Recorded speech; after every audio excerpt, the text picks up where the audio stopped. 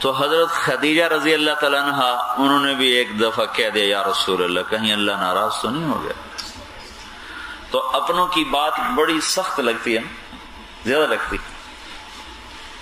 یہ جماعت میں جا کر لوگ گالیاں بھی سن لیتے ہیں، گھر میں آ کر بیوی کی ایک بھی نہیں سن سکتے، لڑائی شروع کر دیں. اپنے سگے بھائی سے نہیں سنیں گے، باہر جماعت میں پتھر بھی کھا لیں گے، گھر میں آ کر سگے بھائی کی اف بھی نہیں سنیں گے. جہاں تعلق ہوتا ہے نا وہاں احساسات ذرا بیدار ہو جاتے، جہاں تعلق نہیں ہوتا وہاں احساسات ٹھنڈے ہوتے. تو جب حضرت خدیجہ نے کہا یا رسول اللہ اللہ ناراض تو نہیں ہو گئے، بھائی یہ بات آپ کو بڑی لگ گئی. بھائی یہ لگنی تھی کہ ایک دم جبریل پسینہ پسینہ بھاگے ہوئے آئے، والضحی واللیل اذا سجى ما ودعك ربك وما قلى وللآخرة خير لك من الأولى ولسوف يعطيك ربك فترضى. کمال ہو گیا. جہاں تھوڑا سا گلا آ جائے تو پھر اگلا نا صفائی پیش کرتے ہوئے قسم پہلے اٹھاتا ہے، بات بعد میں کرتا ہے، ٹھیک ہے نا. جہاں تھوڑا گلا آ جائے تو اگلا جو ہوتا ہے نا گلے کی صفائی کے لیے بات نہیں پہلے کرتا، پہلے قسم کھائے گا تاکہ اگلے کو یقین آ جائے. تو بھلا اللہ جیسی پاک ذات کو قسم اٹھانے کی ضرورت ہے؟ تو کتنا بڑا محبوب ہے جس کے لیے قسمیں اٹھا رہا ہے. والضحی مجھے اس چمکتے دن کی قسم، واللیل اذا سجا مجھے اس سیاہ رات کی قسم، ما ودعک ربک وما قلی میں نے تجھ پہ ناراض ہوں نہ میں نے تمہیں چھوڑا ہے. اللہ اکبر. جس کو اس کا خالق قسمیں اٹھا کے منائے، ڈنڈی والے اس کی زندگی سے بغاوت کر دیں. ہائے ہائے ہائے. ایک اور ترجمہ جو امام راضی نے کیا، والضحی مجھے تیرے روشن چہرے کی قسم، واللیل اذا سجا مجھے تیری سیاہ زلفوں کی قسم. اس کا ایک اور ترجمہ ہے وہ بھی امام راضی نے کیا، والضحی مجھے تیرے روشن علم کی قسم، واللیل اذا سجا مجھے تیرے ستاری کی چادر کی قسم جس میں تو امت کے گناہ گاروں کو چھپا لیتے. ہوئے ہوئے کیا کر دیا ترجمہ، کیا عظیم انسان تھے. گناہ کو چھپانا، گناہگار کو چھپا لینا. مائز آ رہے ہیں، یار اسے میں نے زنا کیا مجھے پاک کریں. کا چلا جا کوئی نہیں زنا کیا تو نے، چوما ہوگا چلا جا. مجرم پر بھی چادر ڈالنے والا. اس کی امت نے کیمرے فوکس کیے دیکھنے کون کیا کرتا ہے، کون کیا کرتا ہے. ڈھونڈ ڈھونڈ کے جرم تلاش کرنا شروع کر دیا، ڈھونڈ ڈھونڈ کے کمیاں دیکھ کر ان کو اچھالنا شروع کر دیا. تباہ و برباد ہو گیا. میرے نبی ما ودعک ربک وما قلی میں نے کوئی نہیں تمہیں چھوڑا، میں کوئی نہیں تم پہ ناراض ہوں. وللآخرۃ خیر لک من الاولی آخرت کا تو بادشاہ ہے اور دنیا تو گزرگاہ ہے. وَلَسَوْفَ يُعْتِيكَ رَبُّكَ فَتَرْضَى میں تمہیں اتنا دینے والا ہوں کہ تو بس راضی ہو جائے.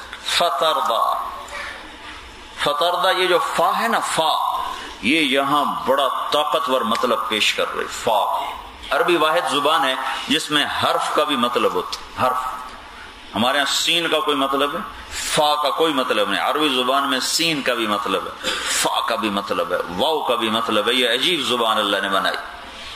فترضى فا کا مطلب یہاں یہ ہے کہ میرے محبوب تجھے خود بھی نہیں پتا کہ میں تمہیں کتنا کچھ دینے والا ہوں، اتنا دوں گا کہ بس. یہ جو فا کا ترجمہ میں سمجھاؤں، ایک عرب شہزادہ میرے ساتھ جماعت میں نکلا ہوا تھا.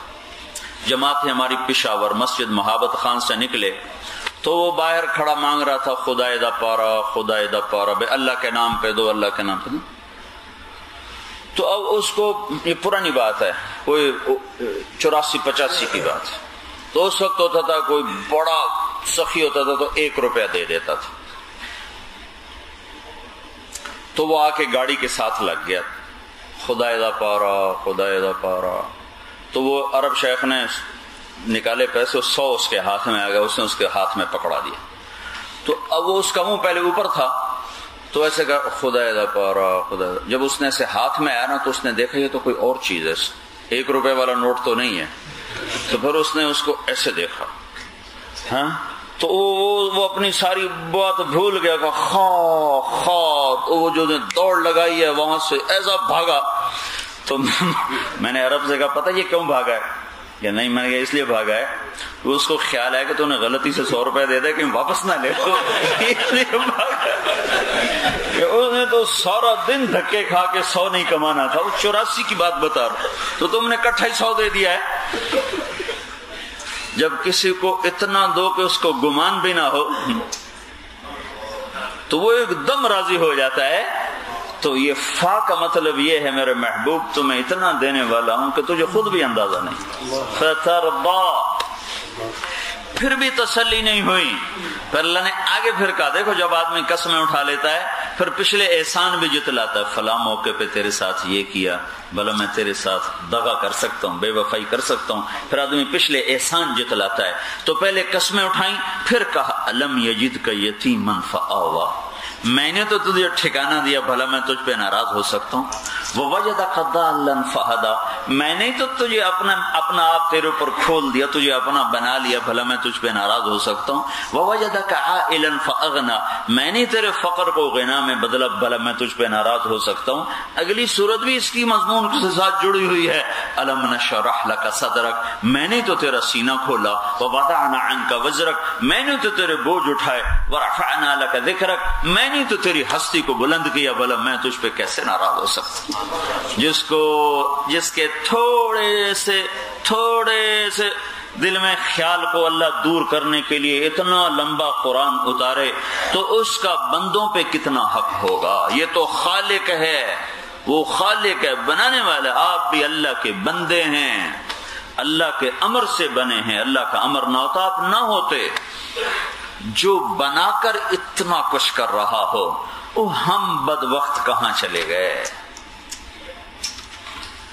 کوئی نبی ایسا نہیں تھکا اپنی امت کے لیے، کوئی نبی ایسا نہیں رویا اپنی امت کے لیے، کسی نبی نے ایسے دکھ نہیں دیکھے.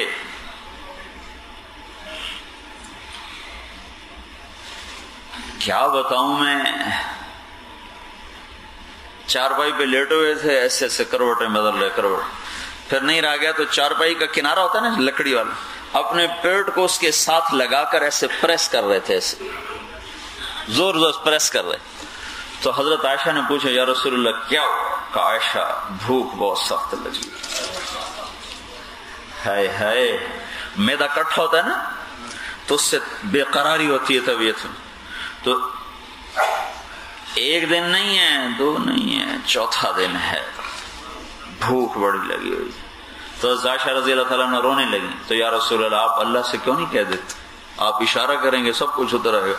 کہ نہیں یہ کام نہیں کروں گا، یہ کام نہیں کروں گا. میرے اللہ نے تو مجھے کہا تھا یہ 100 ارب سونے چاندی بنا دیتا ہوں تیرے ساتھ چلے گا. تو نہیں یا اللہ، ایک دن بھوکا رہوں گا، ایک دن روٹی کھاؤں گا. امت ساری کوئی مالدار ہوگی، امت تو ساری غریب ہوگی، تو غریبوں کو تسلی کہاں سے ملے گی؟